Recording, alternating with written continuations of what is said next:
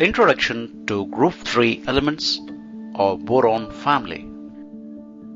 A farmer named Ramu wishes to raise tomato crop in his farmland. In this direction, Ramu plows his field,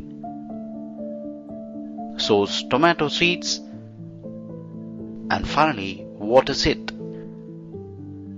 In few days, after seed gets enough sunlight and water, it germinates and then grows into a small plant.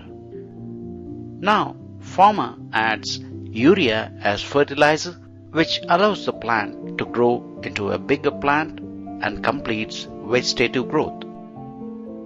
In quick time, tomato plant bears flowers, which on pollination by insects and wind turns into fruits as red tomatoes.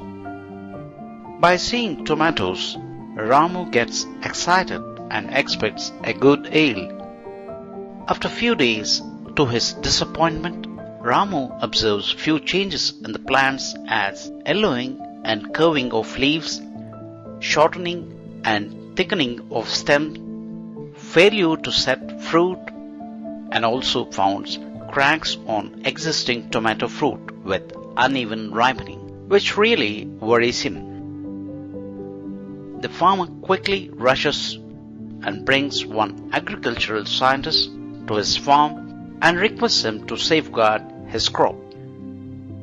The scientist, after keen observation of the symptoms of tomato plant, concludes that tomato plants have deficiency of micronutrient called boron. He prepares a fertilizer for farmer by mixing 1 gram of boric acid in 1 liter of hot water and suggests him to apply in small quantities.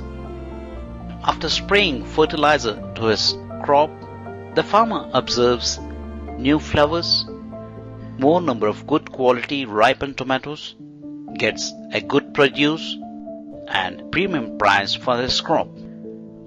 This story of farmer raising tomato crop tells us the importance of micronutrient called boron in plant growth, flowering,